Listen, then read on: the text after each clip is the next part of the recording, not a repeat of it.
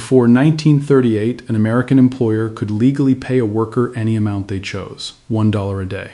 50 cents, a nickel, nothing at all. If the employment was structured as an apprenticeship, a work for room and board arrangement, or any other form that placed labor outside the narrow definitions courts applied to wage work. The labor market was governed by one principle: the agreement between a worker and an employer was a private contract, and the government had no legitimate role in determining its terms. Whether that agreement was free and fair was a question that the law refused to ask. This was not an oversight or an administrative gap. It was a deliberate philosophical position, held with genuine conviction by courts, legislators, and economists who believed that any interference with the private wage bargain was both constitutionally impermissible and economically destructive. Workers who objected to their wages had one legally recognized remedy: the freedom to seek different employment. If no different employment was available, that was an unfortunate feature of market conditions, not a problem the government was authorized to address. How workers were actually paid, what the system looked like from the inside, what it produced in human terms, and why it eventually became impossible to sustain, is a story that contains everything about American capitalism, its promises and its brutalities, that the sanitized version of our economic history tends to omit. The legal doctrine that governed American labor for most of the 19th century and the first 4 decades of the 20th was called freedom of contract. The name is both accurate and misleading. It accurately describes the formal structure: 2 parties, each legally free to accept or refuse the terms the other offered, reaching a binding agreement by mutual consent. It misleads because it implies that the freedom was equally distributed between the parties. In theory, a textile worker was as free as her employer to walk away from an unfavorable bargain. In practice, the textile worker needed wages to eat. The textile mill owner did not need any particular worker to survive. The freedom was real in the legal sense and illusory in the practical sense, and courts spent decades refusing to acknowledge the distinction. The Lochner era, named for a 1905 Supreme Court case that struck down a New York law limiting bakers' working hours, established freedom of contract as a near-absolute constitutional principle. In Lochner v. New York, the court held that workers had a fundamental right to sell their labor on whatever terms they chose, and that a law preventing them from working more than 60 hours a week infringed this right. The fact that bakers routinely worked those hours because they had no leverage to refuse them was not the court's concern. This jurisprudence produced a paradox that critics at the time identified clearly, and that the court largely ignored. The constitutional protection for the freedom of contract was most forcefully invoked to protect employers from the consequences of workers exercising collective freedom. Individual workers had theoretical freedom to negotiate their wages, but workers who combined to demand higher wages through unions, through strikes, through collective bargaining, faced common law prosecution for criminal conspiracy, injunctions from federal courts, and violence from private and public security forces. The freedom was protected most vigorously against the only mechanism workers had to make it real: the labor market that freedom of contract produced in the decades between the Civil War and the New Deal was not the efficient, fair equilibrium that free market theory predicted. It was a system of endemic exploitation, periodic crisis, and structural poverty for a substantial fraction of the workforce. Industrial wages in the late 19th century were sufficient for bare subsistence in good times and devastating in bad ones. The average industrial worker in the 1880s and 1890s earned between $400 and $500 per year, roughly 125 zert to 1 to 50 cents to 1 to 50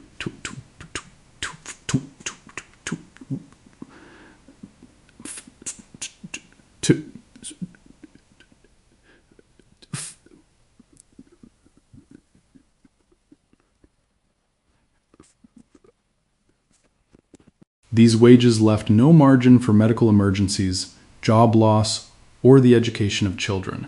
A family survived when adults and children worked and nothing went wrong. When something went wrong, injury, illness, the seasonal nature of many industries, the periodic depressions that contracted the economy roughly every decade, families fell from subsistence into genuine destitution. Children worked because families could not survive without their wages. In 1900, approximately 2 million American children between the ages of 10 and 15 held jobs. They worked in textile mills at tasks that small hands could perform that adult hands could not, piecing together broken threads, crawling between moving machinery parts. They worked in coal mines as breaker boys, separating coal from rock for 9 or 10 hours a day in conditions that damaged their lungs and mangled their fingers. They worked in glass factories through the night on shifts that adult workers refused. Their wages were a fraction of adult wages, making them attractive to employers seeking to minimize labor costs, and their employment was not meaningfully restricted by law in most states until well into the 20th century. Women workers occupied a specific and deeply disadvantaged position in the pre-minimum wage labor market. Confined to a narrow range of occupations, domestic service, textile production, laundry work, some clerical positions, and excluded by explicit policy and social convention from most higher-paying work, women earned substantially less than men doing equivalent tasks. The Triangle Shirtwaist Factory, where 146 workers died in a 1911 fire because the owners had locked the exit doors to prevent workers from taking unauthorized breaks, employed mostly young immigrant women who earned between $70 and $12 per week for 60-hour work weeks. These wages were not anomalies. They were what the market produced. Immigrant workers, the roughly 24 million people who arrived in the United States between 1880 and 1920, faced particular disadvantages.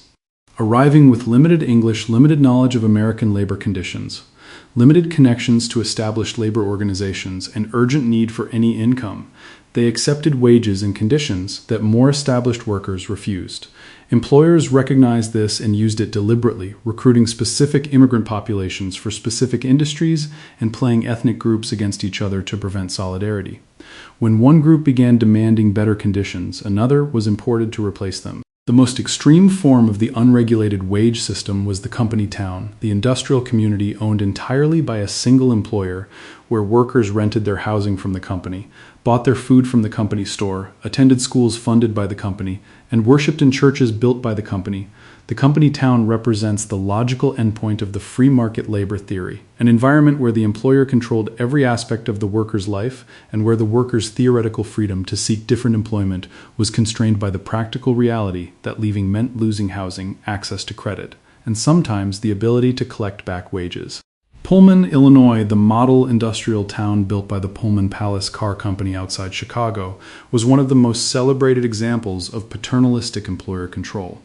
George Pullman built the town with genuine conviction that clean housing, well-maintained streets, and regulated social conditions would produce a more productive and contented workforce.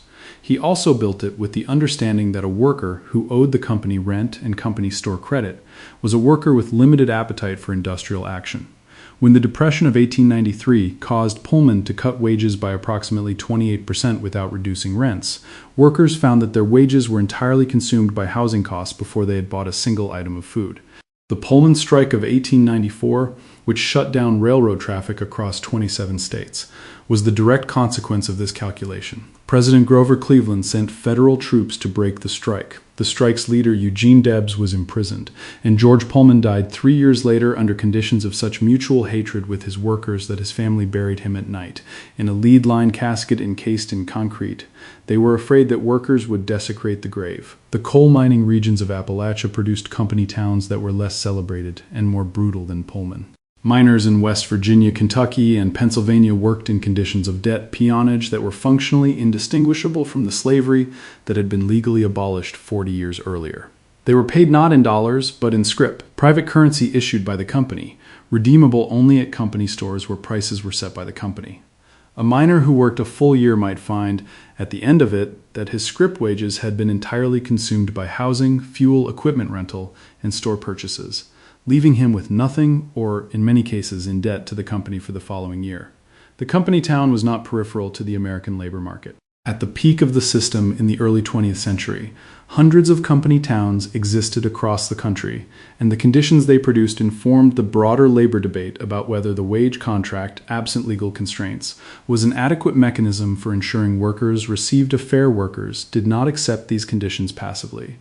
The history of American labor before the minimum wage is not a history of passive exploitation, but of continuous, often violent resistance that shaped the legal and political landscape within which the minimum wage eventually became possible. The Knights of Labor, founded in 1869, was the first major national labor organization, and its ambition was genuinely radical. It sought to organize all workers, regardless of skill level, race, sex, or occupation, into a single organization capable of demanding system-wide change. At its peak in 1886, the Knights claimed 700,000 members. The Haymarket affair of that year, a bombing during a labor demonstration in Chicago that killed 7 police officers and an unknown number of workers, followed by the judicial murder of several anarchist labor organizers, broke the organization's momentum through a combination of violent suppression and public association with radicalism. The American Federation of Labor, which dominated the labor movement from the 1890s through the New Deal, took a more limited approach. It organized skilled craftsmen, accepted the wage system as permanent, and focused on improving wages and conditions through collective bargaining rather than challenging the fundamental structure of capitalism. Samuel Gompers, who led the AFL for most of its first 4 decades, famously summarized labor's goals as more wages, more hours of leisure, more education. It was a practical rather than transformative vision, and it served the interests of skilled white male workers relatively well while leaving the vast majority of the workforce, unskilled, female, black, immigrant, largely unrepresented. The Industrial Workers of the World, founded in 1905, attempted what the Knights had attempted, organizing across lines of skill, race, and occupation, and faced similar repression. The IWW's leadership was prosecuted under the Espionage Act during World War I. Its offices raided, its members imprisoned and deported. By the early 1920s, the organization had been effectively broken by a combination of legal prosecution, vigilante violence, and employer blacklisting.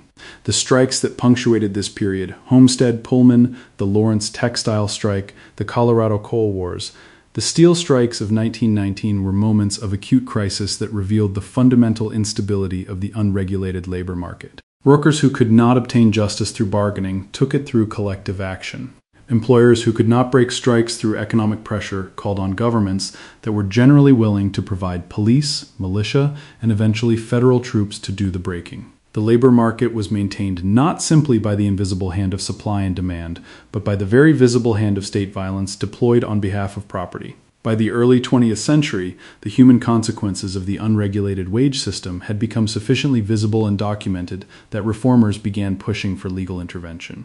The Progressive Era produced a wave of state-level labor regulation, workplace safety laws, child labor restrictions, limits on working hours, that the Lochner Supreme Court largely struck down as unconstitutional violations of freedom of contract. The minimum wage had its first major American trial in Oregon.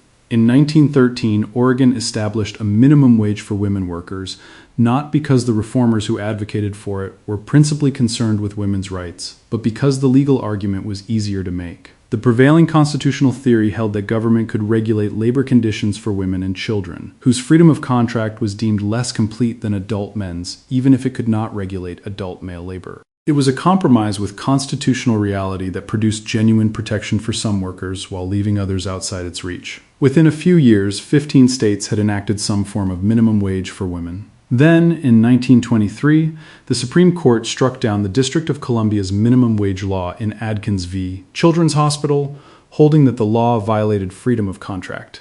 The decision was the last gasp of Lochner-era jurisprudence, but it gutted the state minimum wage movement for the better part of a decade.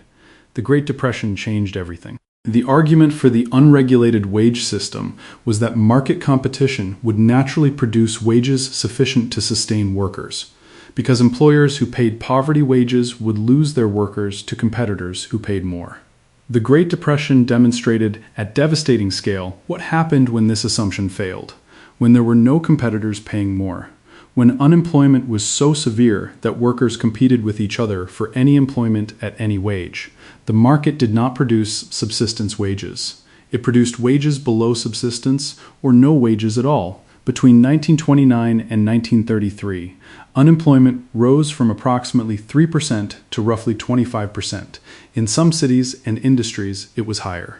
Men who had worked steadily for decades found themselves competing with thousands of other men for the same job, willing to accept whatever was offered because anything was better than nothing.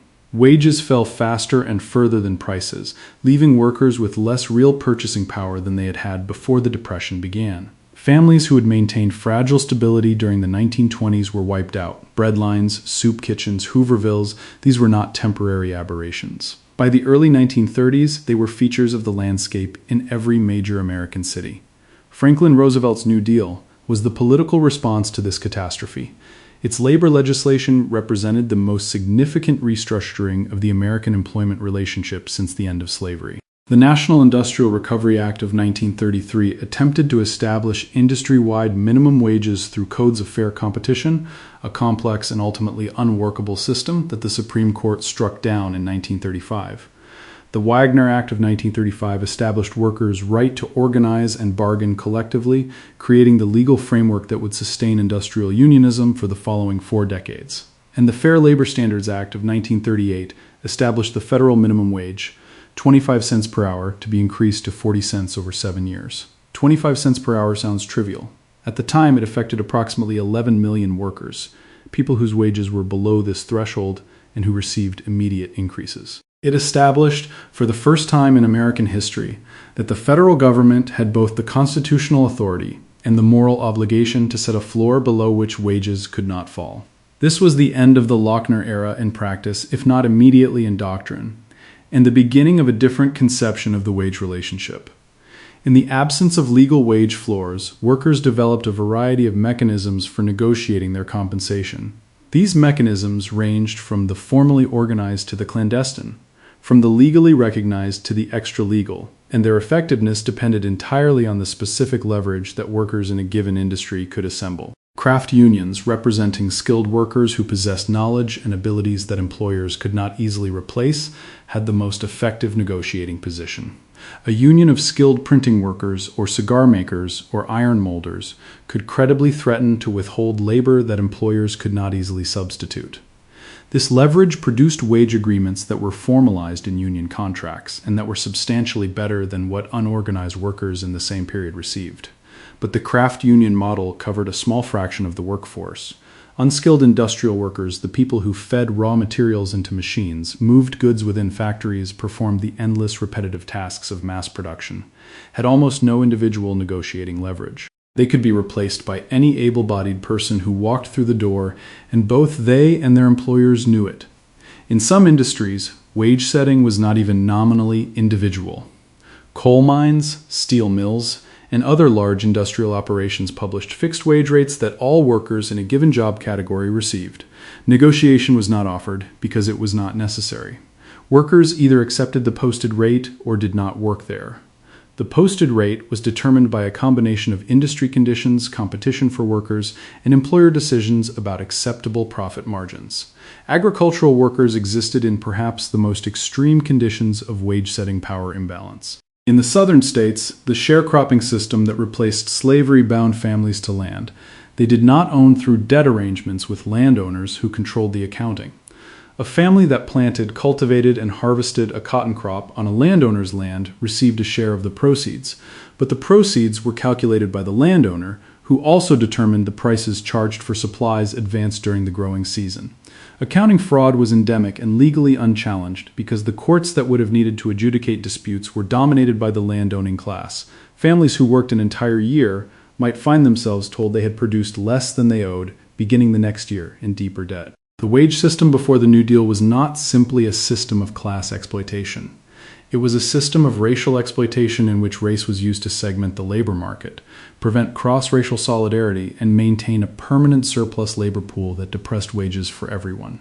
The deliberate separation of black and white workers in most industries through formal job categories that excluded black workers from skilled and better-paying positions, through union constitutions that explicitly barred black membership, through the simple exercise of employer preference, served the interests of employers as much as it served the prejudices of white workers. A divided labor market was a weaker labor market. Workers who could not organize across racial lines could not present a unified front for higher wages.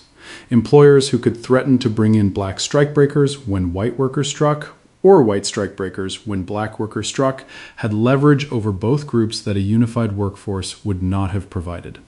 The Great Migration, the movement of approximately 6 million black Americans from the rural South to the urban North between 1910 and 1970, was motivated substantially by the differential between Southern agricultural wages and Northern industrial wages.